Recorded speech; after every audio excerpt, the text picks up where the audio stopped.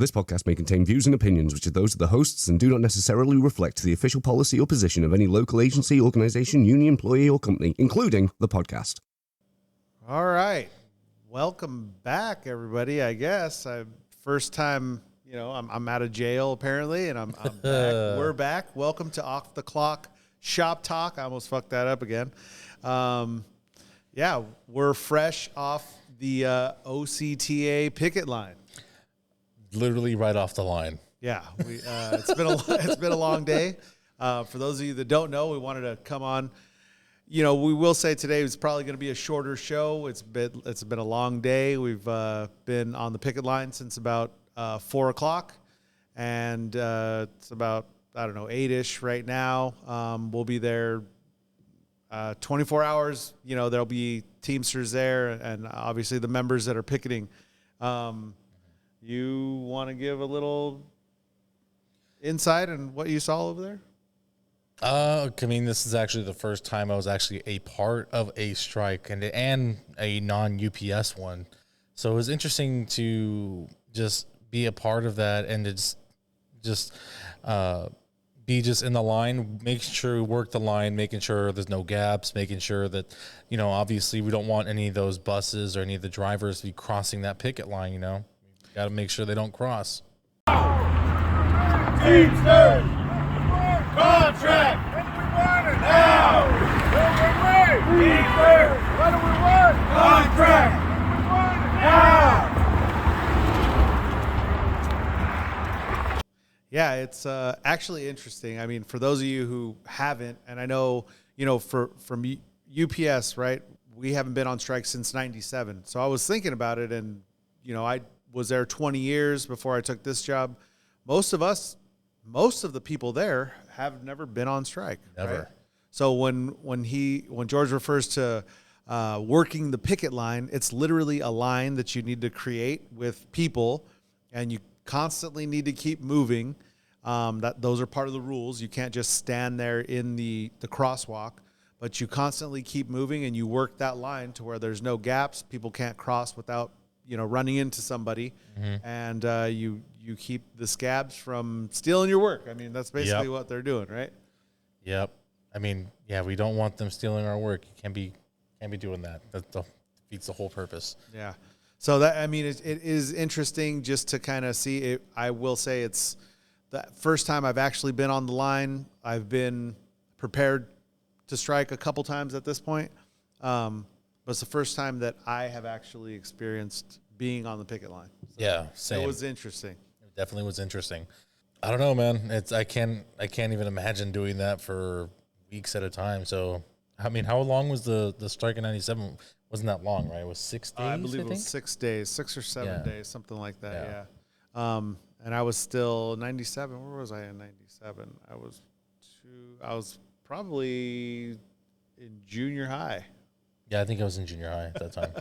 I graduated in 02. So, yeah, I was in junior high at the time. But pretty cool experience.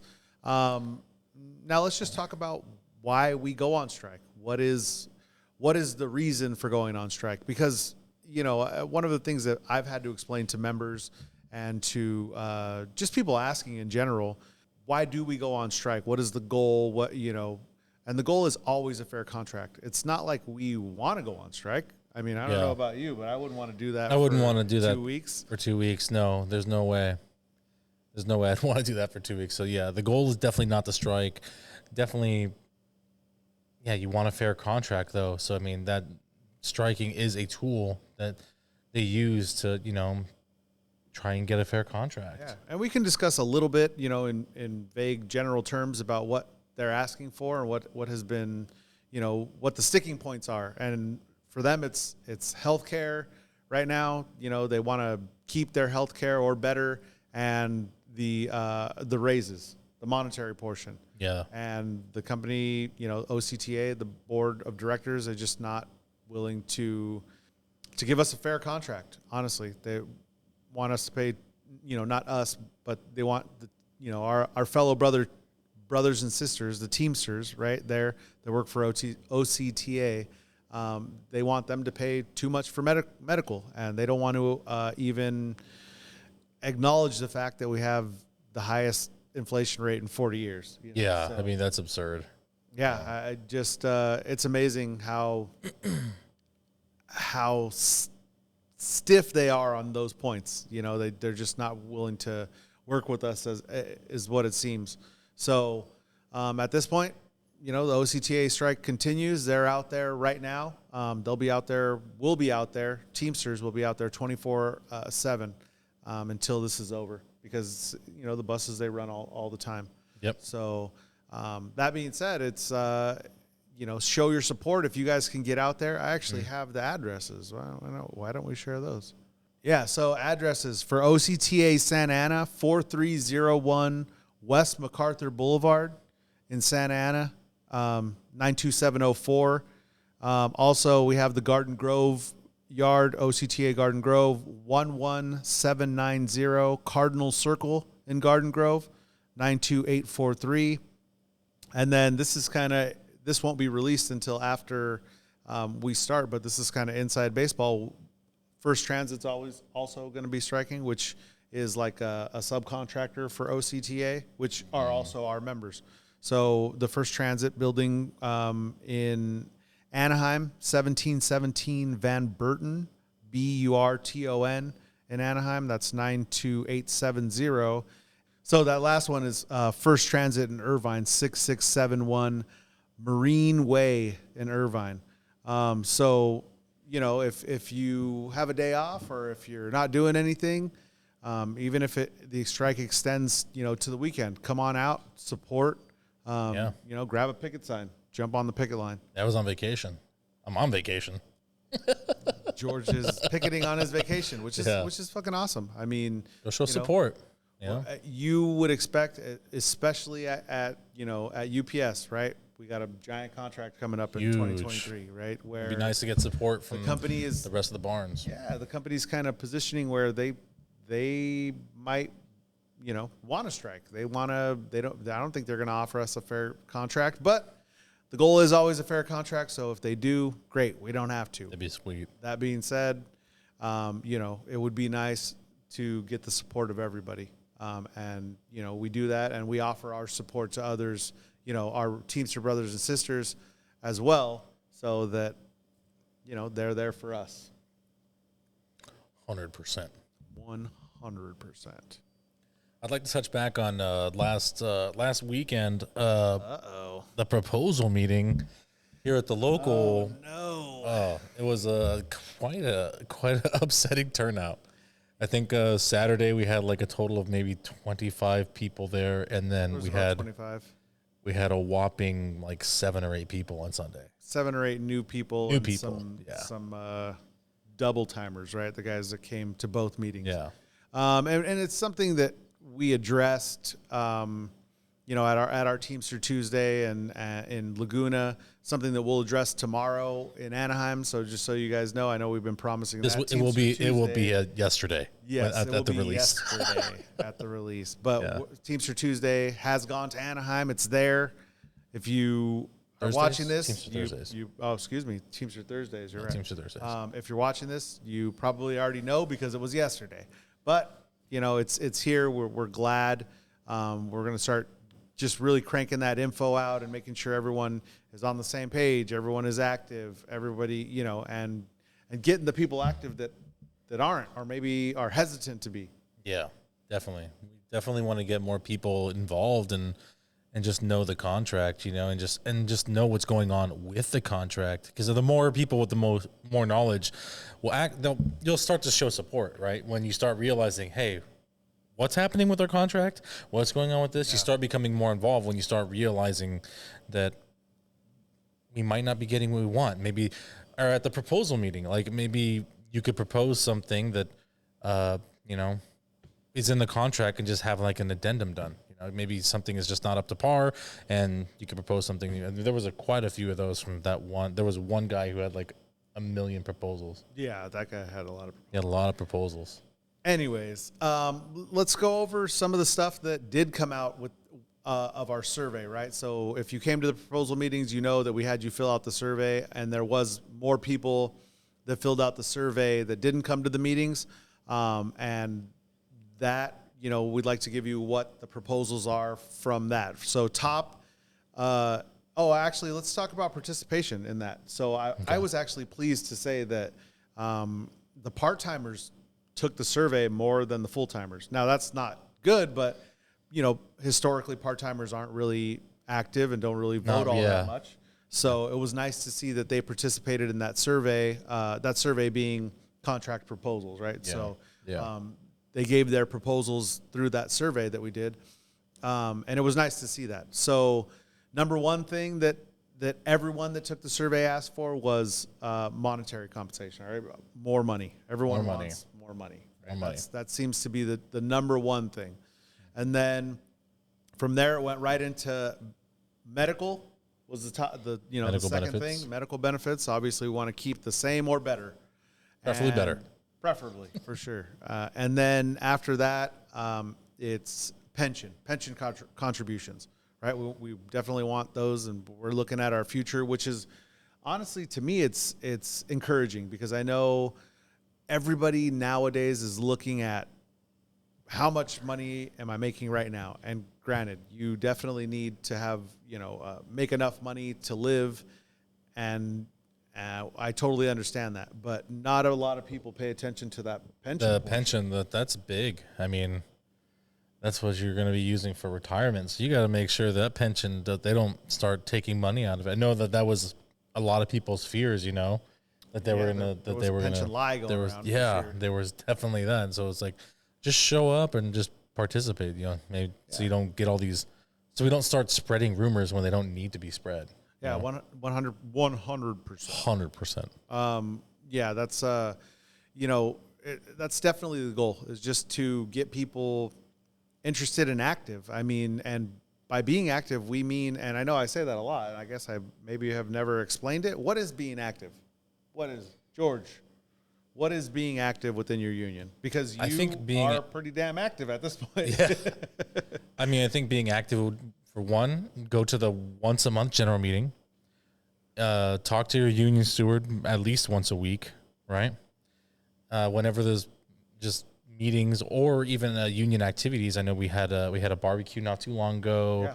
Then they have the baseball game during the summer. Yeah, a couple softball games. Yeah, there's some softball games. Just try and then that'll also introduce you to other barns, and you can just meet up with some of them. So, yeah, I would definitely say meetings are probably where it's going to start. General membership meetings. General membership meetings. The third Saturday of every month, right, guys? Everybody knows. Now, can everybody make it to that? No.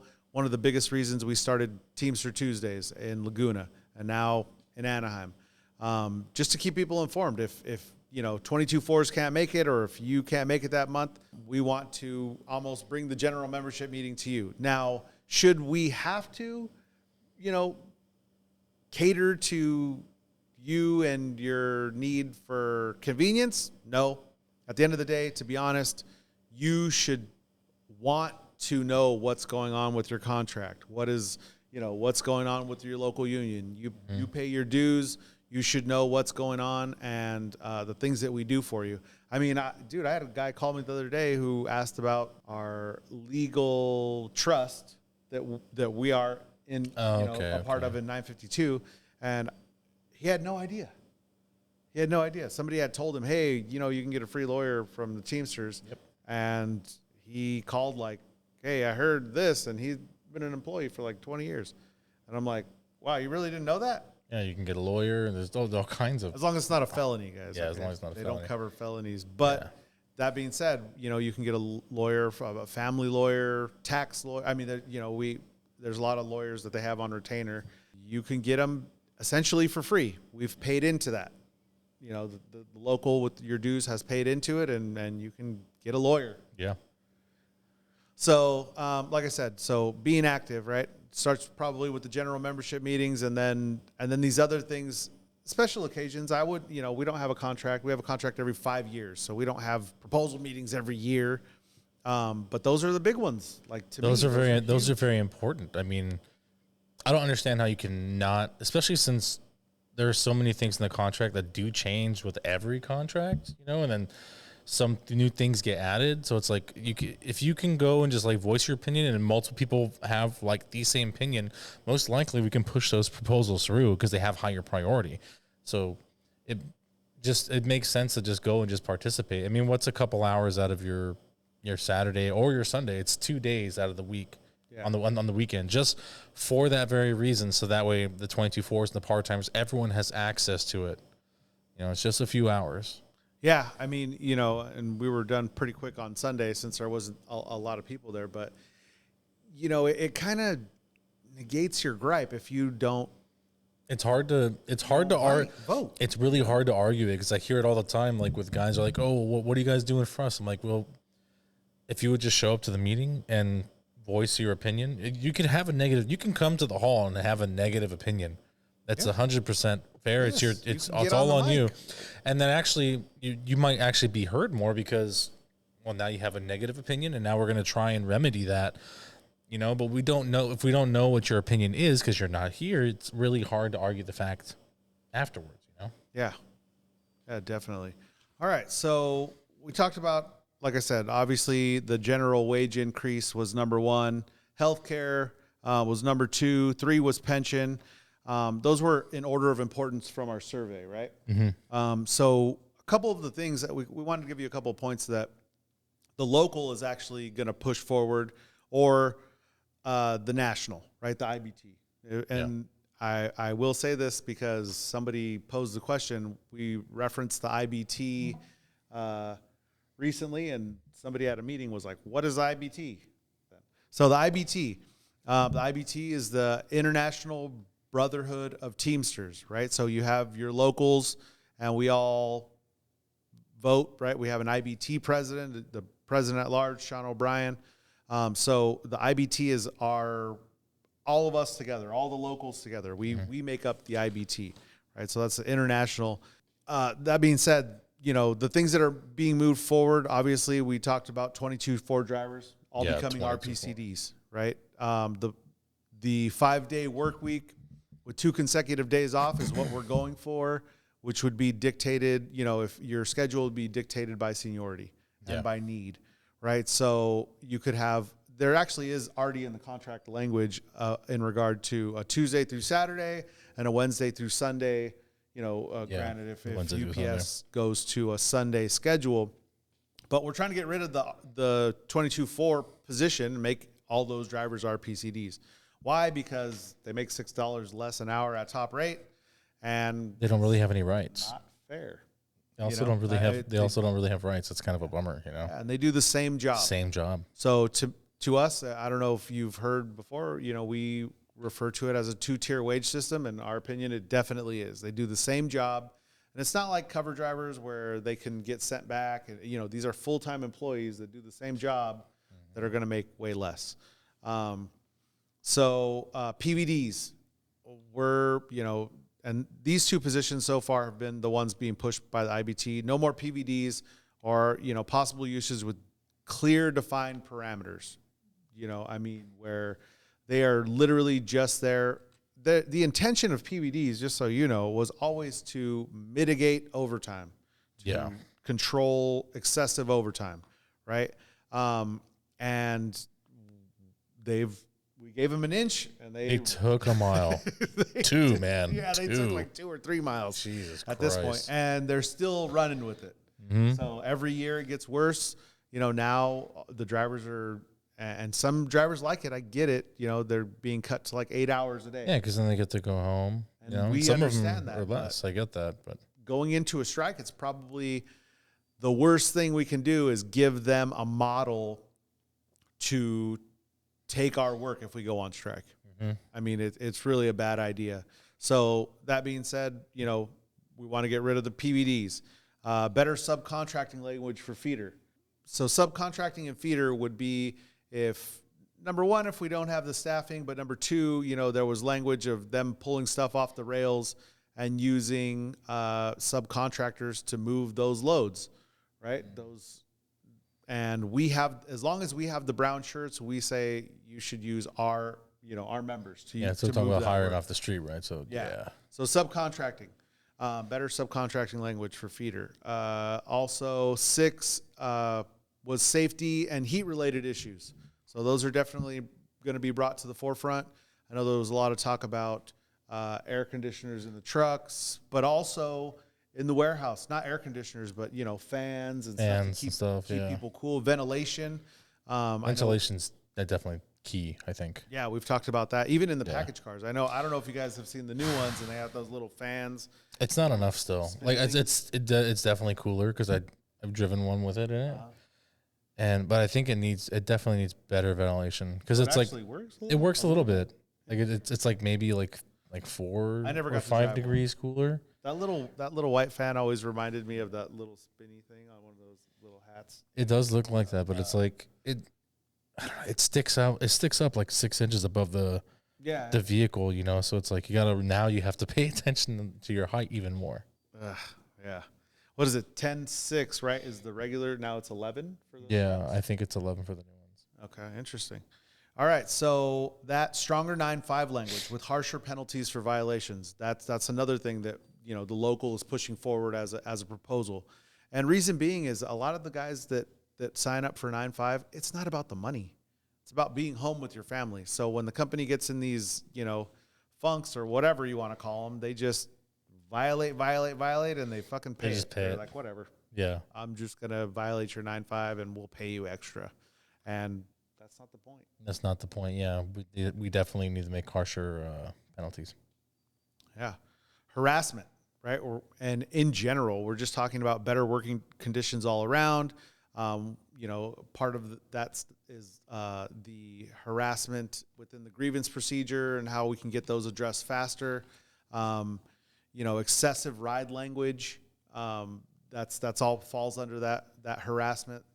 Language where we're tired of the harassment. I mean, we've been beating us up for years. Even now. Worse after COVID, right? Yeah. During COVID and after, they just the OGS, the safety, all this nonsense. I honestly didn't think that they would continue, but they hit it hard. Yeah. So, we're going to talk about that. Cover drivers working on Saturdays, making top rate. That's one thing that actually did used to get paid back in the day. The company won a couple panel decisions on it. Yeah. And that all went away. So we want to make that contractual language where a cover driver who's covering a Monday through Friday driver. Yeah. Because they're to cover full-time drivers. Yeah. Covering that schedule on Saturday would be out of parameters and would get that top rate. Top rate time and a half. Damn. That's good money. Yeah, right. So the number 10 of the things we went over, no discipline for drivers not able to come in on their day off. Right? Yeah, definitely need to push that one. That one is way up there on the priority list. The 6-day work week should 100% be covered under the next contract.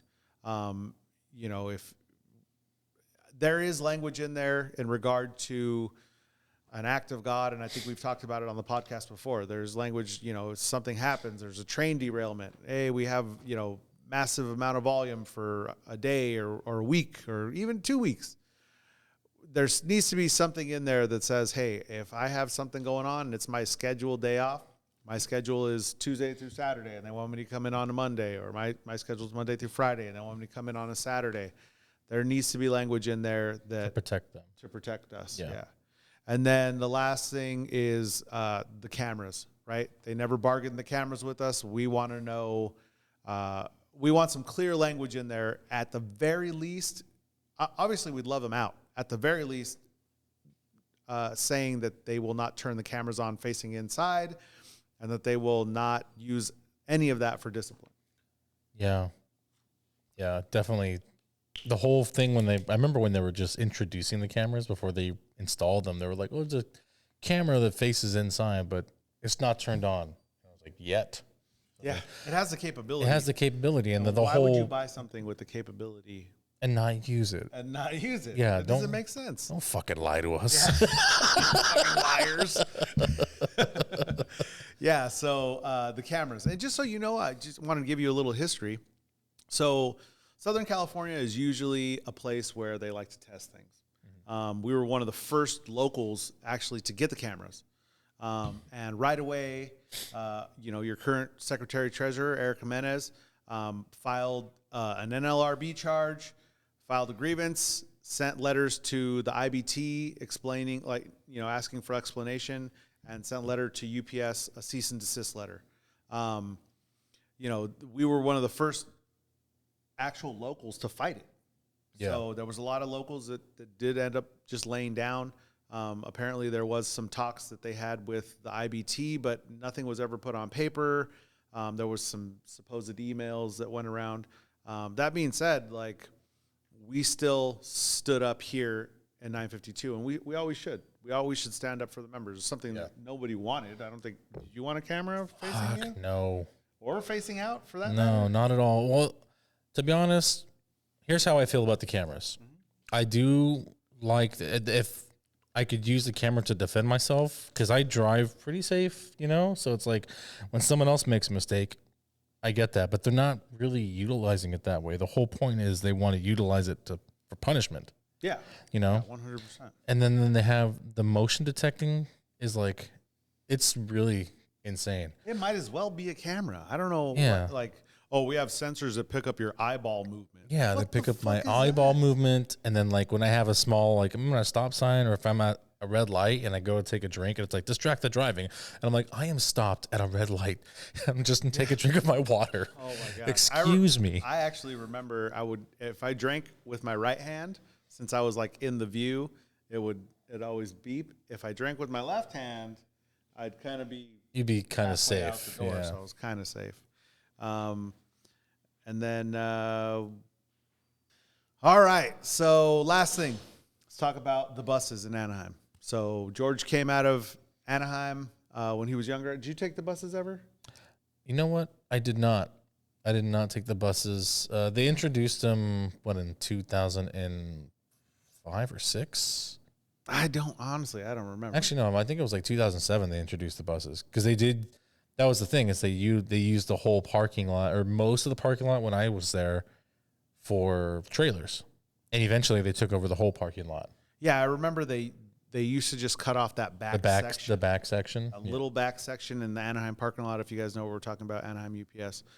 They just cut off that little back section, and they would allow us to park there, and then they'd get the street parking, and for the most part, we were good. And half of it, I think, was because they didn't use as many helpers. They didn't, what I mean? Yeah, that kind of stuff wasn't. It's a smaller building, so they could usually get away with it, with the street parking and stuff. But when the volume just increased like crazy, now they need to use the whole parking lot, and now they have to shuttle people in from the stadium. Yeah. So basically, what happens is they would use the whole parking lot, like George said, for staging and stuff for feeder, and kind of take that away from us, and then make us all park at Anaheim Stadium and catch a bus, but none of that time is paid. And that's really the gripe of the union, right? Really the gripe of the local. They should just pay people for that. If you're in the company's control, which you are, right? I mean, you park your car, you want to go to work, but what? You can't, because you got to wait for a bus, and then you got to take a bus over there, and then when you get off... They might as well valet it then. Yeah, right? When you get off, then you get stuck waiting for the bus again. Yeah, it's fucking stupid. So, and I know at times it was absolutely ridiculous. No joke, I actually waited out there almost an hour one year. I would have just walked. I would have said, fuck that. We ended up Ubering, believe it or not. Me and 3 other guys, we split an Uber. I swear to you. That's awesome, because not only are you not getting paid, now you have to pay to go get your fucking car. Yeah. I'm not even joking you. I was just over it. I was tired, and supposedly, for sure, that's nonsense. We made a big complaint at the time, and supposedly the guy had went on lunch, one of the bus drivers. It was fucking great, dude. And we were just all waiting there after. I hope he was all sad and angry, like Chris Farley and Billy Madison. I'll turn this damn bus around. That'll end your precious little field trip pretty damn quick, huh? Shit. Fucking kids. Yeah, fucking bullshit kids. No, we're waiting there forever. So, it wasn't something that was addressed by the old administration. Eric came in and said, hey, let's attack this. We think at the very least we should be getting compensated for this. So last year, 2021, they actually got rid of the buses. They use the Anaheim Stadium, but they use that for the staging of the feeder stuff and, for empties and all that stuff, and then allowed us to park in our parking lot.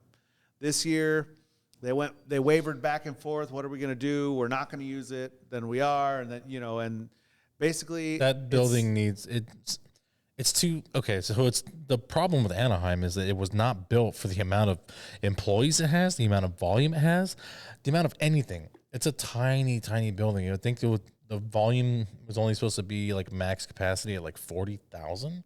It's not meant to handle the 120,000 pieces it gets during peak. Yeah, I remember talking to like Jobs about it before, and I asked like how much volume this thing is supposed to take. He's like, about 40K is what it was meant to handle. Like when they made it, like I think he said like the 70s is when that building was made, right? Wow. 60s or 70s. But I wasn't born yet. Yeah, and but it definitely was not and still is not meant to handle the amount of volume it gets. Yeah. So I'm sure the parking is just inadequate. So basically this year the company has let us know that they are going to cut off the back section like they used to. Okay. But now we have more employees than we did in 2007 or whatever. So we have more employees, more drivers, more helpers, and the parking is just inadequate. So they say we are going to offer parking at Anaheim Stadium. So we said, okay, great, but you're still going to compensate our guys. And if there's a flyer going around, if you guys see it out there, it has the wage and hour for the labor department on there, the wage and hour number. If you guys take that bus, keep track of your time. Definitely keep track of your time. Keep track, because that's time that they owe you.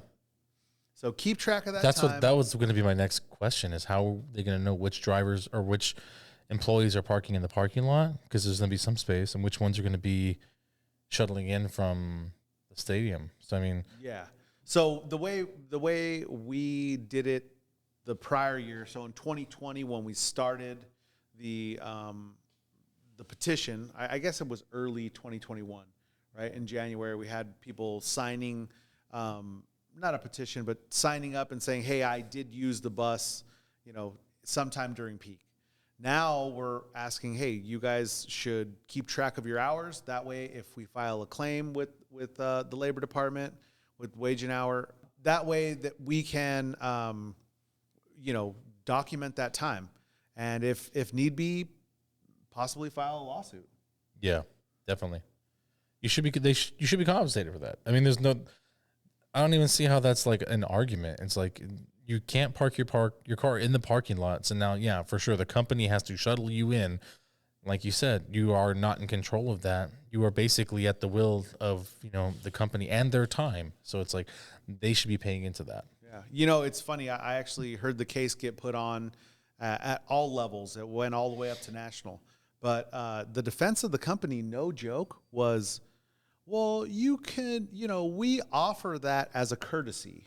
So where are they supposed to park then? They're literally, no joke, I heard a labor manager actually say you could Uber if you wanted to. That was his argument, that they do that as a courtesy. If you can't find somewhere to park to go to work, that's your bad. Wow. That was literally the argument. That's fucking horseshit. And it's like, okay, we should close off their parking lot now. Believe it or not, and just stack trailers there, and then you can Uber to work, fella. Yeah, exactly. Dude, I'm like, fuck. So why don't you, pay me for that Uber then, or something? Do something. Yeah. At the end of the day, we want compensation for any time that you're in control of the company. So if I can't leave, if I can't clock out, walk to my car, and leave, then I have a fucking issue. Yeah. You need to be paying me. So that's our gripe. We're gonna need the help of the members as well. We want to make sure you guys get compensated, but that might take, somebody filing that labor charge. That might take somebody filing a class action lawsuit for that, for that matter. Mm-hmm. And there's, lawyers out there that'll definitely take that case. And I'm sure, I know we can't directly help, but we could point, members in the right direction if they wanted to file a class action lawsuit. I'll tell you that much. Yeah, definitely. It's such a bummer to hear. It really is such a bummer to hear that. Yeah. I just remember Uber. That's Uber or Lyft. crazy. From your house. I don't know how you just resisted and only said "fuck you." I feel like oh no, that deserves I said it that under deserves my breath. that deserves a fucking punch in the face. In the middle of panel, but yeah, I was like, man, fuck you. Like what the fuck? Fucking bullshit. So yeah, I mean, I don't see it. You know, what the issue is if you can't provide adequate parking for the building that you staff, then just pay the time. Yeah, have they done anything with the building next to it? Because I know they were supposed to turn that to like a nail to there. Supposedly the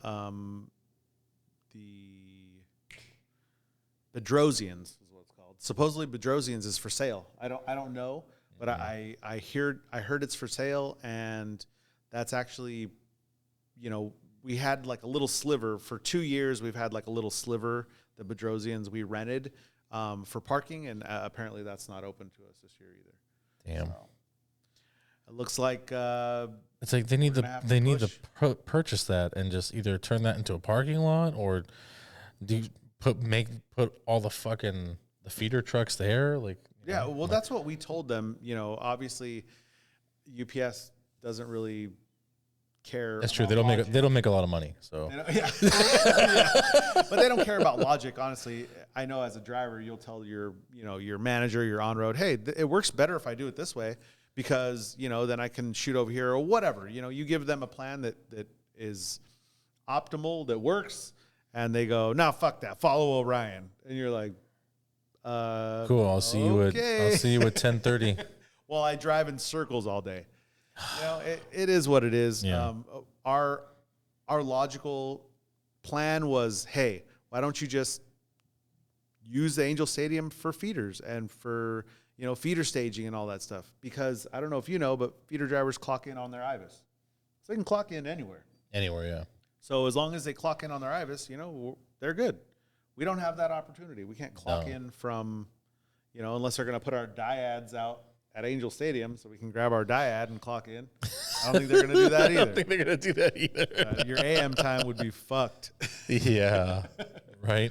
So, yeah, I mean, I don't know. You got anything else? You want to close us out? I think that's it. All right. Well, thank you, everybody, for number 7 episode. I know it was short. Like I said, it's actually not that short. So, yeah. That's what she said. That's what she said. Anyways, OCTA, stay strong out there, guys. Mm-hmm. We'll be back out there tomorrow. We'll have an update next week with hopefully a good negotiated contract. We'll see. Hopefully. Yeah. You can reach us at ocst.000@gmail.com. And I believe at the time of this recording, I should finally have Spotify, Podbean, and Anchor. I'm still working on Steam because I'm not entirely sure how to upload podcasts to that. So we're moving up in the world, guys. Yeah. So I will have links in the show notes below, and all for everyone else that's like watching, and you have like members or friends that are watching this on or want to watch this on one of those platforms. Let them know because they obviously won't know because it's on YouTube. Yeah. So just kind of spread the words. We can get more members involved. And just in the vein of, or I should say, just in the memory of Sawas, I will say, all right. Thanks, guys. Thanks.